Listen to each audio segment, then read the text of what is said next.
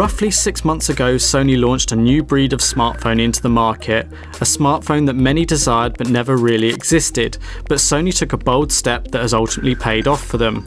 The Xperia Z1 Compact was and still is as powerful as the Sony Xperia Z1 on which it was based, but had a smaller display to make the overall handset more user-friendly, but did not want to sacrifice memory and processing power, which was too often the case with other mini or compact models.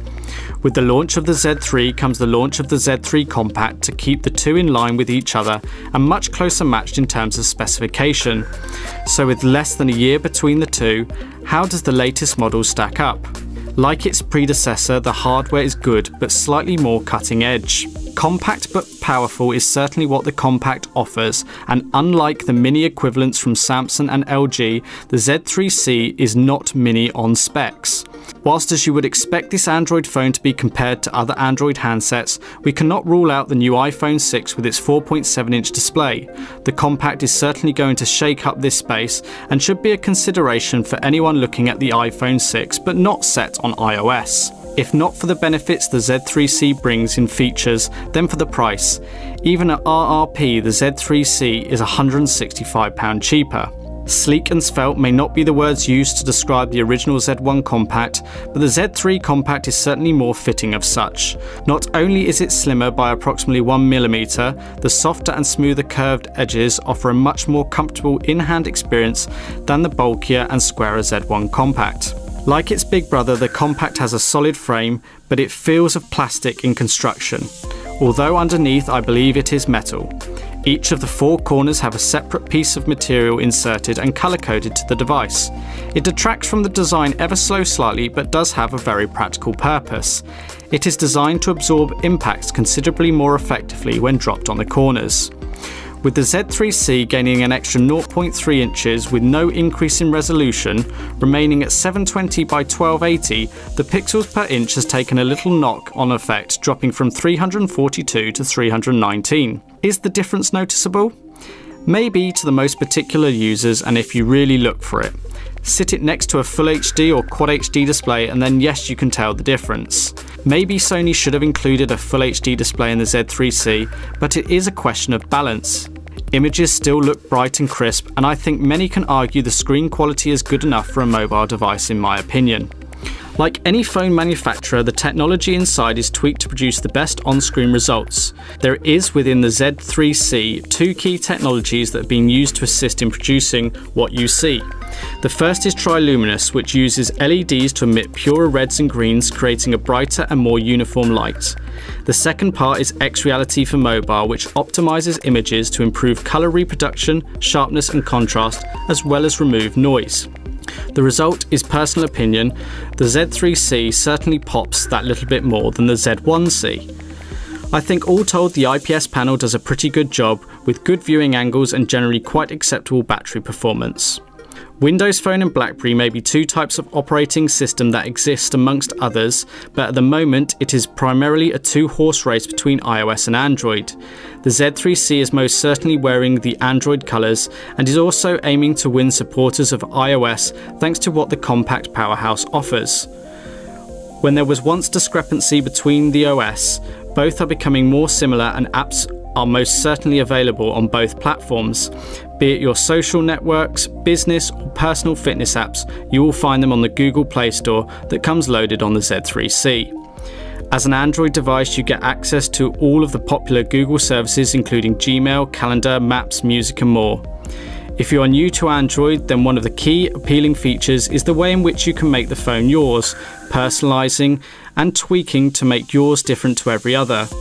From changing the stock wallpaper and themes of the device to sound and notifications for specific contacts. If you are making the switch from an iPhone, Sony have set out to make this transition as simple as possible. Xperia Transfer is the app that you need for the most simple of switching between the two platforms. Of the 16GB internal storage available on the device, only 12GB is available to you as the user because the OS takes up a proportion of this. Store whatever you like on the internal memory, but if you're running out of space, using the microSD memory card slot that supports 128GB cards is a great solution for more memory intensive files such as music and pictures. Sony do include a few of their own customizations over the standard Android experience. This is to give you as the user a little extra value, but also differentiate their products from others out there. Additions primarily include Sony's multimedia suite of application, from Sony's LifeLog app to Movie Creator, but there are a few others I feel are worthwhile additions. You will get the very latest version of Android 4.4 KitKat, and Sony are reasonably good with their updates. Yes, there will be delays, but they have made marked improvements from what they used to be, with the number of updates and the speed of updates they bring. If you're into your gaming, then the Z3 Compact has a lot to offer. Also built into the Xperia Z3 software is Glove Mode, which as the name implies enhances the screen's sensitivity so that you can use the phone in colder climates. Smart backlight control keeps the screen on when you look at the phone, no need to actually touch the handset. Smart call handling allows you to answer the call by bringing the phone to your ear, rejecting a call by shaking it, and silencing a call by turning the phone over. Tap to wake up turns the screen on after a double tap on the display. Other small extras included on the Z3C include small apps. Press and hold on the running apps key, and at the bottom you're presented with a list of apps such as a calculator, stopwatch, sound recorder and screen capture tool. These small apps sit in windows on top of Android, can be moved about on screen and retain their position even as the phone is being used in the background. Only upon closing them will they disappear. The Z series for some time has had PlayStation Mobile certification, but the Z3 family from November 2014 will have Remote Play. What is Remote Play? Well, PS4 users, hold on to your hats. You can play your PS4 games on your Z3C. Let me paint the picture. You're happily playing your PS4 when your other half switches the TV onto something that would drive you to go and wash the dishes. However, the dishes can wait. Leave your PS4 switched on, connect your Z3C to Wi-Fi, enable Remote Play and begin playing the PS4 game back on your compact. However, it gets better. Purchase the GCM10 game controller mount and dock your compact on top of your PS4 controller.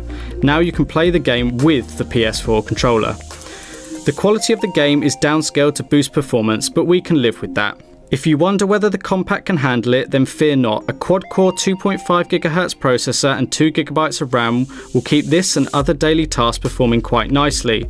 It's a bit of a shame it did not get the 3 GB of the Z3, but that may be the price to pay for going smaller form factor. If you had not yet got the gist, the Z3C has all you need: Bluetooth, Wi-Fi and GPS including GLONASS. The Z3C does too have MHL connectivity, MHL 3.0 in fact. MHL 3.0 is the very latest technology and allows you to output 4K video to a 4K display. Now it need not be 4K, but it is possible. USB host functionality means that you can too connect things like memory sticks to the Z3C. An adapter is required. The magnetic charger does away with the need to open the cover over the micro USB. Use a micro USB magnetic adapter or opt for the Sony DK48 charging dock to keep it powered and sat at an ideal viewing angle. Of course, there is too the cellular connections of 2G right through to 4G, all of which perform well. The Z3C does take a nano SIM though. The Z1 Compact produced a reasonable punch when it came to sound, but what I have found as time has gone on is that the speaker located on the bottom is not always practical and sometimes becomes muffled. To keep the Z3C in line with the Z3, the Compact now boasts stereo speakers.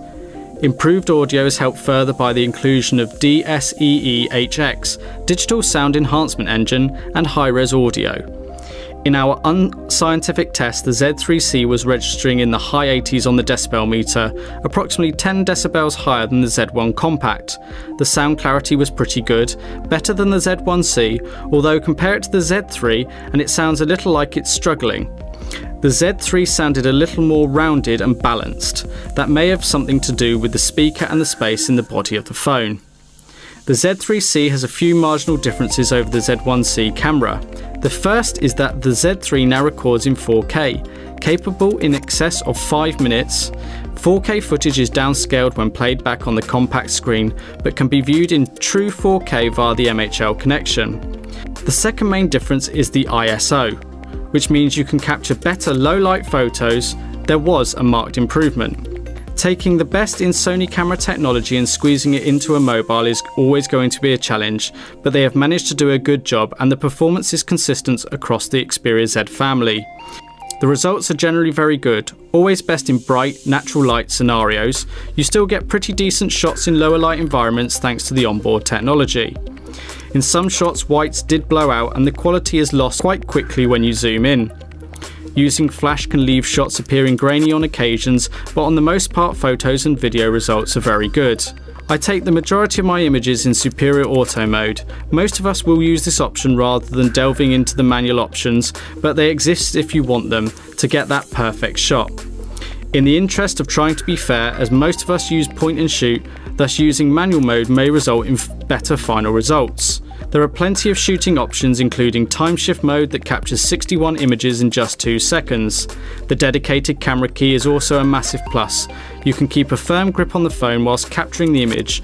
You can too use the volume keys as zoom controls, as you have 8x digital zoom. Smaller form factor does mean a smaller battery, but the Z3C has gotten smaller and lighter but gained a bigger battery. The additional 300 mAh will go some way to powering the large screen, but should last you through a working day just fine. Not all that often do I need to charge my Z1 Compact through the day or early evening, and I am a moderate user of the phone. Rarely would I need to switch on stamina mode, but if I do see an improvement. Get it right and you can get 2 days out of the Compact. Unless you're a lighter user or are willing to make sacrifices for the 2-day life, be under no illusion that a daily charge will be necessary. The Compact is powerful and you find yourself doing so much on it so the battery feels the impact. The battery cannot be removed, is built in, but then again most are now, including that of the iPhone, with which the Compact is a very close competitor. Ever changing, at the time of recording, the Compact is £165 cheaper than the iPhone 6 and does, in my opinion, offer quite a bit more functionality, if not as refined in some places. £165 goes a long way, as splashing out £540 on the iPhone will make even the most cash-rich wince. If you want the bigger screen and a bit more RAM, the Z3 is circa £140 dearer. You need to always choose the device that is right for you. I love my Z1 Compact. It works, it lasts the day, feels comfortable, and I rely on it. I am lost without it. Having spent time with the Z3 Compact, it is obvious that this is a marginal upgrade over the Z1C, and whilst the added differences do not require me to upgrade, small improvements do make a difference. I would have no qualms in upgrading. I know I would feel at home straight away. In fact, I do not want to hand this review unit back. The Compact feels much more in line with the Z3 and comes to market at a time when the iPhone 6 is set to dominate the high street and online advertising. It also feels that more refined and polished, with a bit more processing power, more camera options and the brighter display. If you're looking for a compact and powerful workhorse, then you would be doing yourself an injustice to opt for anything else, unless you have a particular need or preference for another device. The Z3C will keep you future-proofed, but you may find a bargain in the Z1 Compact if you do not need the very latest in specs. Whether the compact range will be upgraded every 6 months like the flagship Z, only time will tell. Whatever, Sony have retained my custom.